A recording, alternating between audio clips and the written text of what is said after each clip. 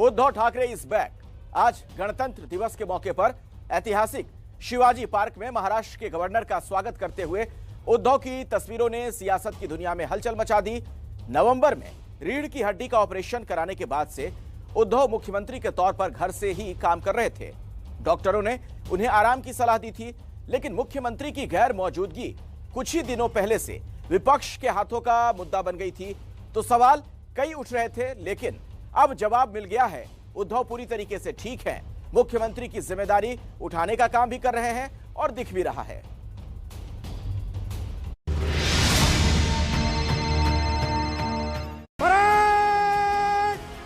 राष्ट्रीय ध्वज को सलामी देगी। महाराष्ट्र के राज्यपाल भगत सिंह कोश्यारी के मुंबई में ध्वजारोहण कर गणतंत्र उत्सव मनाते हुए इन तस्वीरों को आपने टीवी स्क्रीन पर देखा। अब देखिए थोड़ी देर पहले की तस्वीर।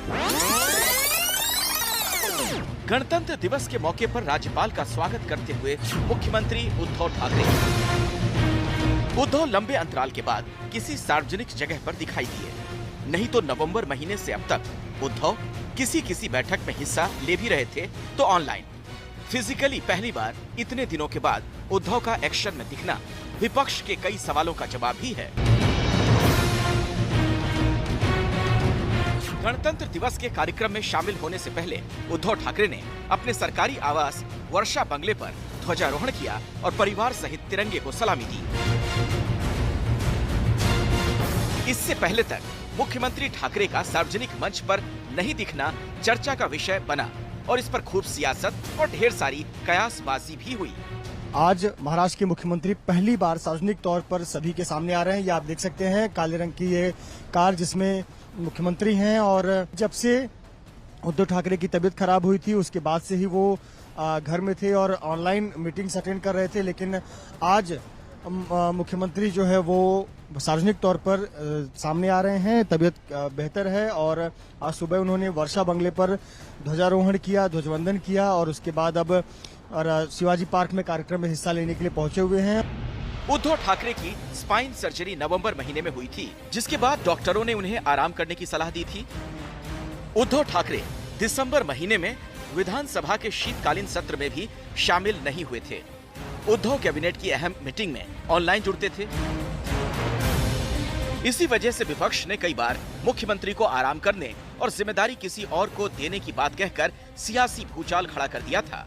बात तो यहाँ तक होने लगी थी कि उनकी पत्नी रश्मि ठाकरे ही मुख्यमंत्री के सारे काम कर रही हैं, वही फैसले ले रही हैं, वही मीटिंग कर रही हैं। घृणास्पद टिप्पणी की थी भाजपा के महाराष्ट्र के नेताओं ने मुख्यमंत्री के तबीयत के बारे में, बहुत ही घृणास्पद, मानवताहीन, कि उनके जो बीमारी के बारे में, ऑपरेशन के बारे में। लेकिन आज मुख्यमंत्री जी सामने आए, शिवाजी पार्क पर आए, वर्षा बंगला पर उनके प्रोग्राम हो गया और मुख्यमंत्री कल से पूरे काम में सक्रिय हो रहे हैं। महाराष्ट्र सरकार में मंत्री और उद्धव ठाकरे के बेटे आदित्य ठाकरे ने कहा, मुख्यमंत्री बैक इन एक्शन, जल्द ही और भी सक्रिय होंगे। Back in action, back in action. इससे पहले बीजेपी के जितेन गजरिया ने मुख्यमंत्री उद्धव ठाकरे की पत्नी रश्मि ठाकरे को ट्विटर पर मराठी राबड़ी देवी बता दिया था, जिसके खिलाफ पुणे पुलिस ने मामला दर्ज किया। आरोपी बीजेपी नेता जितेन गजरिया को पुलिस ने पूछताछ के लिए बुलाया भी था। तो अब तक उद्धव की सेहत को लेकर सवाल खड़े करने वाले भारतीय जनता पार्टी के नेताओं का अब यह कहना है कि मुख्यमंत्री उद्धव ठाकरे के स्वस्थ होने पर वो खुश हैं। पहले भी उनके अच्छे स्वास्थ्य की कामना सभी ने की थी। मुख्यमंत्री पूरी तरह से ठीक है और अपने काम और जिम्मेदारियों को निभाते हुए वो नजर भी आ रहे हैं। हालांकि पिछले कुछ दिनों में उन्होंने घर से ही कई अहम फैसले लिए थे।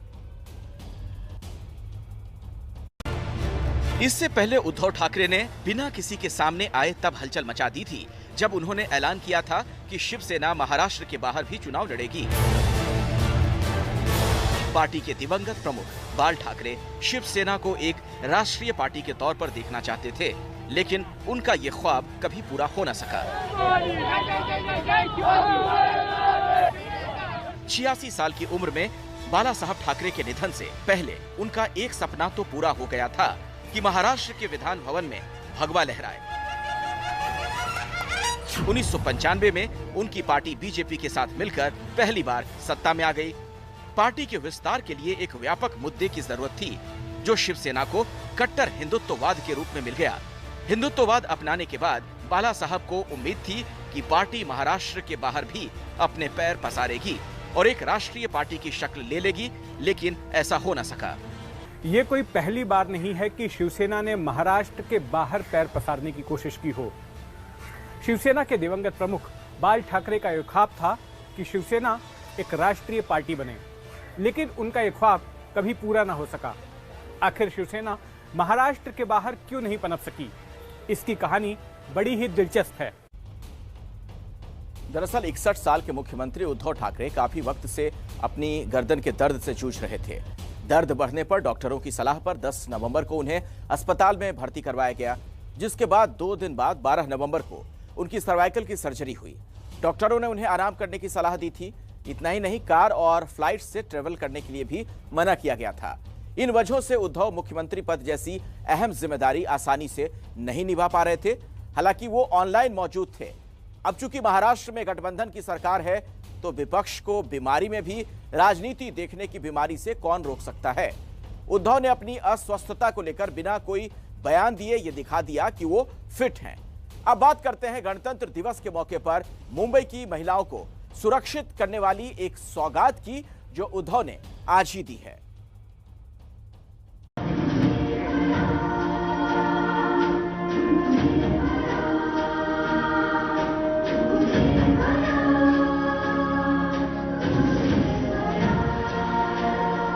मुंबई में महिलाओं के खिलाफ होने वाले अपराध को काबू में लाने के साथ ही मुंबई को महिलाओं के लिए सबसे सुरक्षित बनाने की मुहिम के साथ मुंबई पुलिस ने मुंबई की महिलाओं को निर्भया पथक का तोहफा दिया है। इस मौके पर मुंबई के कमिश्नर मुख्यालय में वीडियो कॉन्फ्रेंसिंग के जरिए महाराष्ट्र के मुख्यमंत्री उद्धव ठाकरे, महाराष्ट्र सरकार के मंत्री आदित्य ठाकरे, गृह मंत्री दिलीप वलसे पाटिल, मुंबई पुलिस कमिश्नर हेमंत नगराले समेत कई सांसद और दूसरे मंत्री मौजूद थे। इसके अलावा बॉलीवुड से रोहित शेट्टी भी इस कार्यक्रम में थे। इस समारोह में आदित्य ठाकरे ने कहा, इस तरह के प्रयास करते रहने चाहिए। इससे मुंबई में रहने वाली महिलाओं को और भी सुरक्षा का आभास होगा और वो अपने आप को और भी सुरक्षित महसूस करेंगी। सीएम उद्धव ठाकरे ने कहा, आज गणतंत्र दिवस के मौके पर मैं लोगों को शुभकामनाएं देता हूं। ऐसे ही काम करते रहो, नाम रोशन करते रहो। महिला हर क्षेत्र में है, चाहे वो पुलिस हो या राजनीति। निर्भया पथक अब हर महिला की सुरक्षा के लिए तैनात रहेगी। निर्भया पथक का आज शुभारंभ हो चुका है। आप देख रहे हो कि मुंबई पुलिस जो सक्षम है, वो आज महिलाओं के लिए जो काम करती आई है, उसका आज निर्भया स्क्वाड में रूपांतर हुआ है। सबसे महत्वपूर्ण और अहम चीज यही है कि ये लॉ एन्फोर्समेंट का इशू है, वैसे ही सिविक इशू है, उस पर हम फोकस करें। सर्व क्षेत्रामध्ये महिला अत्यंत सक्षमतेने पुढे येत आहेत। इसके अलावा उद्धव ठाकरे ने कहा कि मैं रोहित शेट्टी और रिलायंस का धन्यवाद करता हूं कि उन्होंने इस कार्यक्रम में बहुत अहम भूमिका निभाई। मैं इतना कहूंगा कि अब महिला को गलत नजर से देखने वालों या उन पर अत्याचार करने वालों की खैर नहीं, और अब महिला सुरक्षा में महाराष्ट्र नंबर 1 होगा।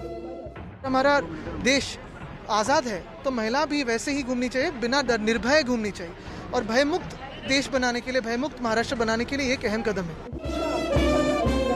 महिलाओं को किसी भी समस्या को जड़ से जल्दी से खत्म करने वाली इस जिम्मेदारी को लेकर गृह मंत्री ने भी बड़े दावे किए। आपत्ति के समय पे अगर 103 नंबर को फोन करेंगे तो उनके लिए पुलिस की मदद, राहत तुरंत जगह पे पहुंचने के लिए व्यवस्था की गई है, और इससे एक सुरक्षित वातावरण तैयार हो जाएगा।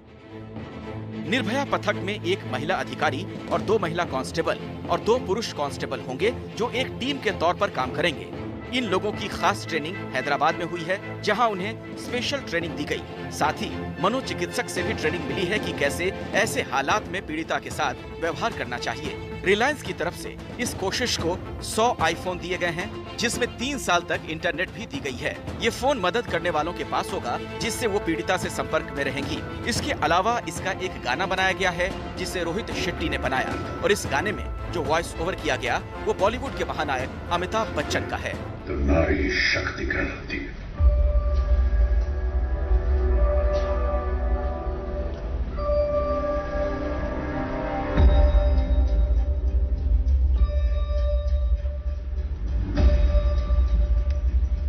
अब वक्त है ऊंची उड़ान भरने का, भय को पराजित करने का, विजयी बनने का।